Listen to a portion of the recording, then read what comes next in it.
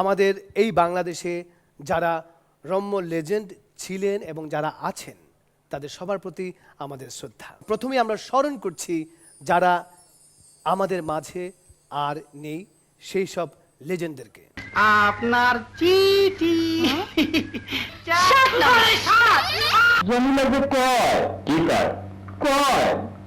এই কথা কইতে তো আমার বাসাটা একটা চিড়িয়াখানা হইছে।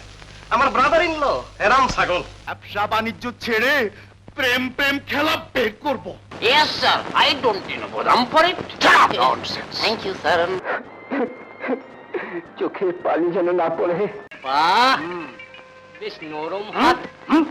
নরম না গরম তা তোমাকে দেখতে বলিনি, ভাগ্য বলা। টেলিসামাদ এবং আরও আছেন আমাদের সেই অভিনেতা যার নাম শুনলে আমরা মুখ দি নোয়াখালী কথা বাইরে যায়।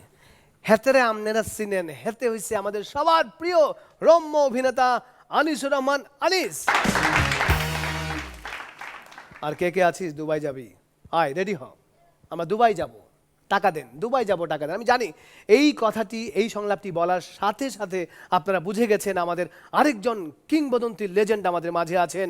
তিনি হচ্ছেন আমাদের প্রিয় অভিনেতা, রম্য অভিনেতা ফরিদ আলী।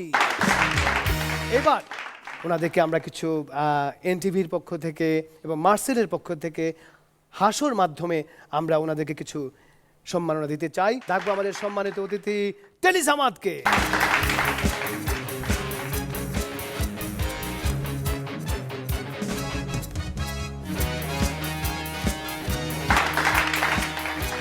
জনাব আনিসুর রহমান আনিস।